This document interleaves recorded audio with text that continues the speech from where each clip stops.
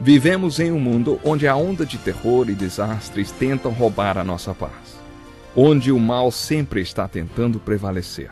Mas vemos pela palavra de Deus desde o Antigo Testamento que o cuidado de Deus para com aqueles que o temem e o buscam é muito real e permanente. Fique atento a mais um programa Encontro com a Palavra. Aqui apresentamos a palavra de Deus como resposta a todas as mais difíceis questões da vida. Agora com você, Pastor Edson Bruno.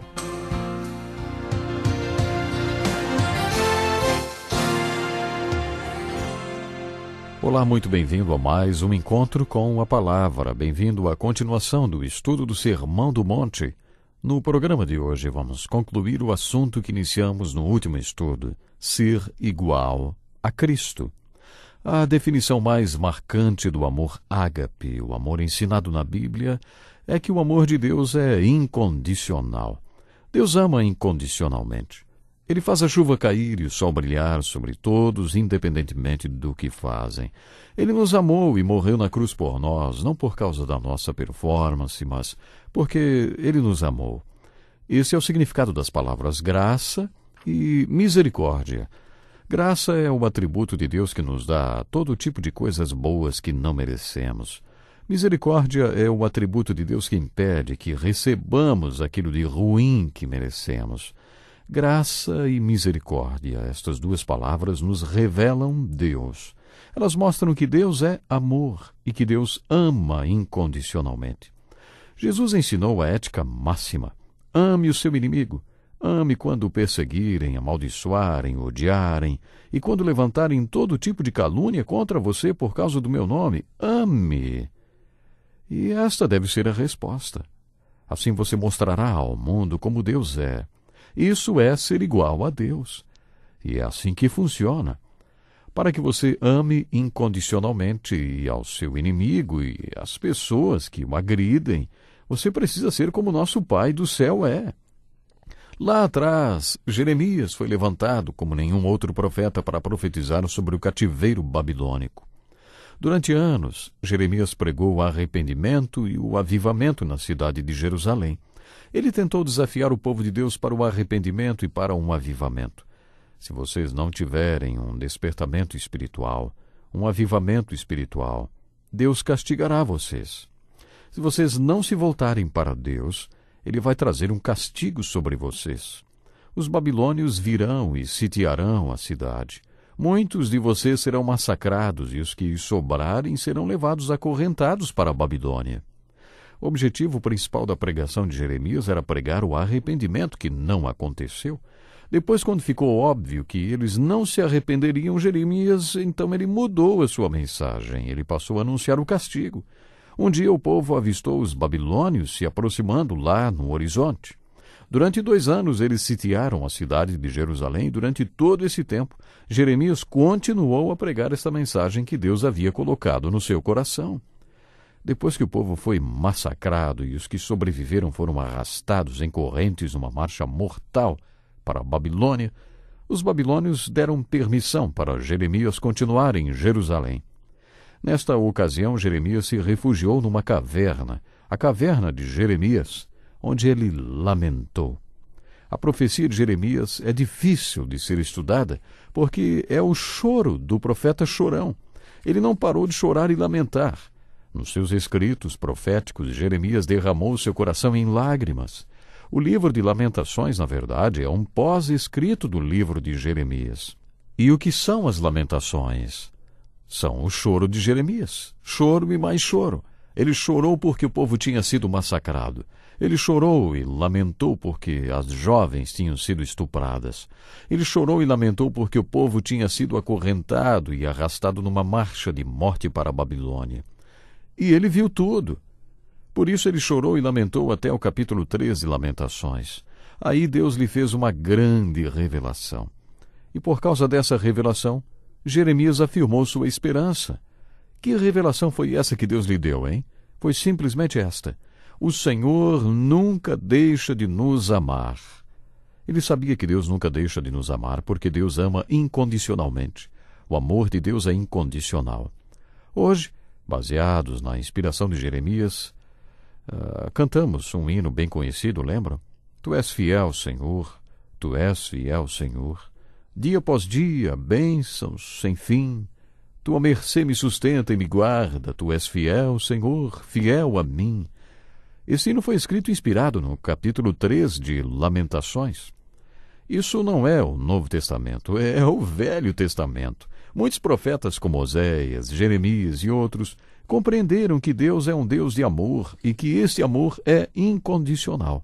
A palavra misericórdia significa simplesmente o amor incondicional de Deus, amor que não merecemos. Nós merecemos o oposto, mas Deus nos ama mesmo assim. Isso é misericórdia. A palavra misericórdia é encontrada 365 vezes na Bíblia, uma vez para cada dia do ano, porque Deus sabe que precisamos da sua misericórdia a cada dia do ano. Esse é o caráter de Deus. É assim que Deus é. Deus é amor. Mas, quando dizemos que Deus é amor, o que queremos dizer, hein? Vá para 1 Coríntios 13 e você descobrirá o que a Bíblia quer dizer ao afirmar que Deus é amor. No meio dos versículos tão bonitos de 1 Coríntios 13, encontramos uma descrição preciosa do amor de Deus. No original grego, o amor de Deus é expressado pela palavra ágape. O amor ágape é um tipo especial de amor. Não é certo dizer que tudo que se refere a amor é Deus. Como já destacamos, a maioria dos sentimentos descritos como amor, na verdade, não é o amor de Deus.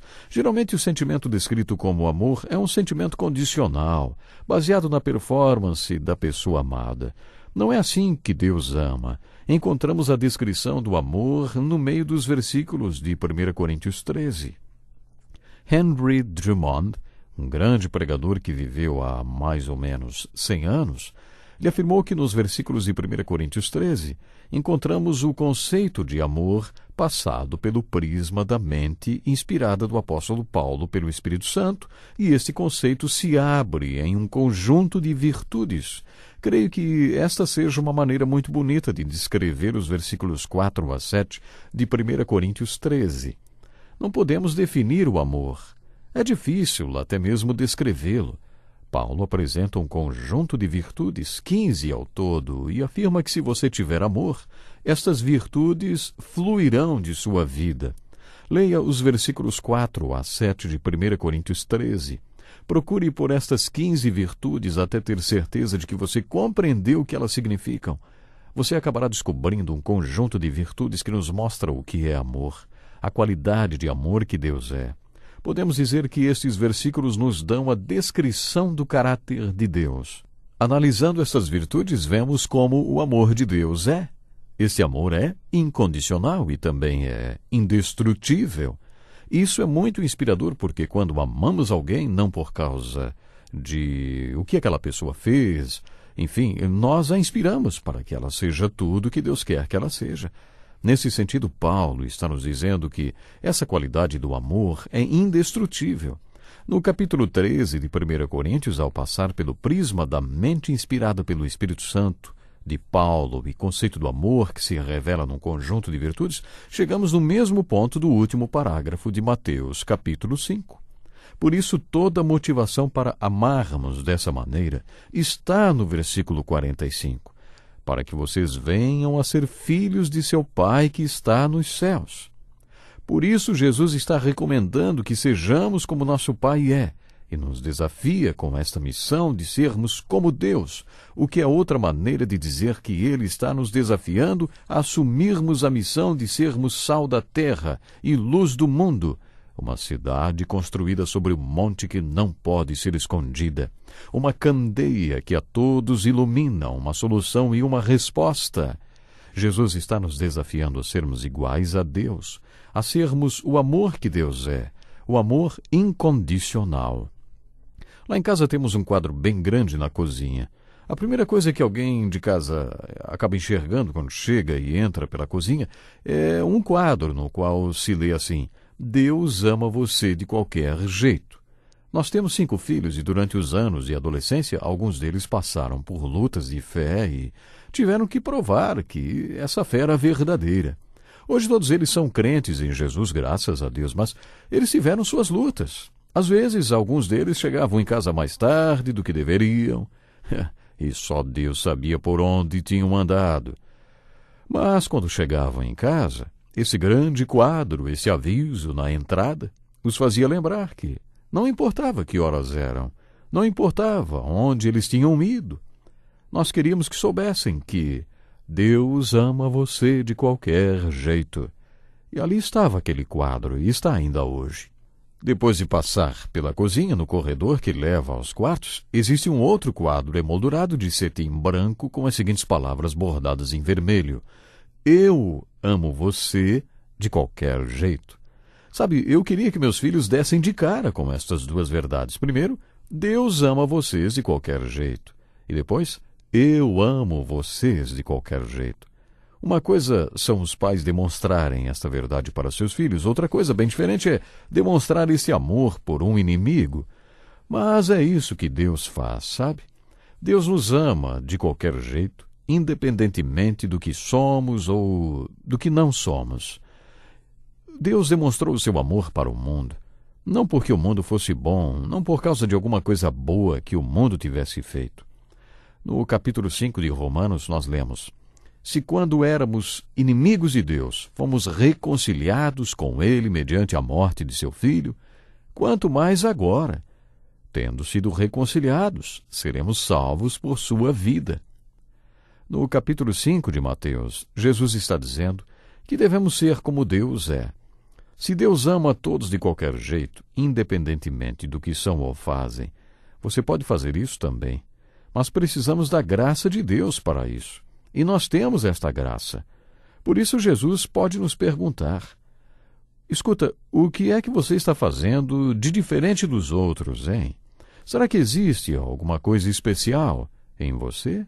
Será que quando as pessoas olham para você dizem: só pode ser a graça de Deus na vida desta pessoa, senão ele jamais poderia fazer tudo o que faz, nem poderia ser o que é?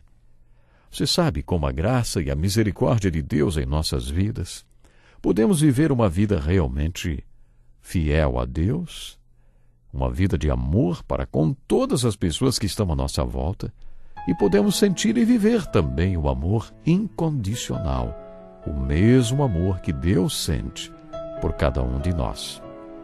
Imagine você como é maravilhoso conhecer essa graça e essa misericórdia de Deus.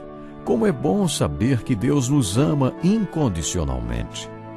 E é bom que esteja muito claro que cada um de nós precisa também ter este amor incondicional por todos aqueles que estão à nossa volta. Que Deus nos ajude a termos este verdadeiro amor. Pense nisso e até ao próximo programa. Que lição importantíssima! Obrigado, Pastor Edson Bruno. Prezado ouvinte, coloque em prática o que você ouviu aqui. Sem dúvida, sua vida será grandemente abençoada.